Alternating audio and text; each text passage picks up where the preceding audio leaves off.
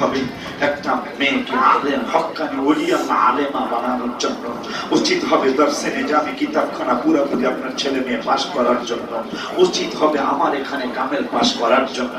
উদাহরণ সৃষ্টি হয়ে গেছে অলরেডি, খবরদার মদিনা পাকে যায় যেন তো বেয়াদবি না করেন।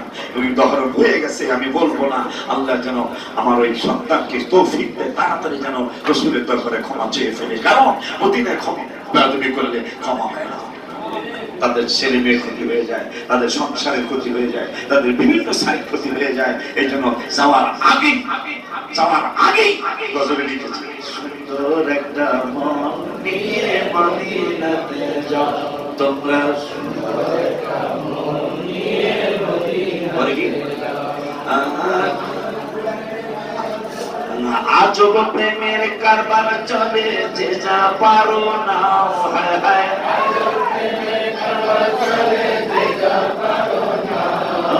সুন্দর একটা মন নিয়ে মদিনাতে যাও।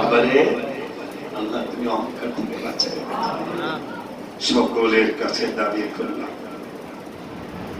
একটা বাবু নির্বাচন করবেন এখানের জন্য।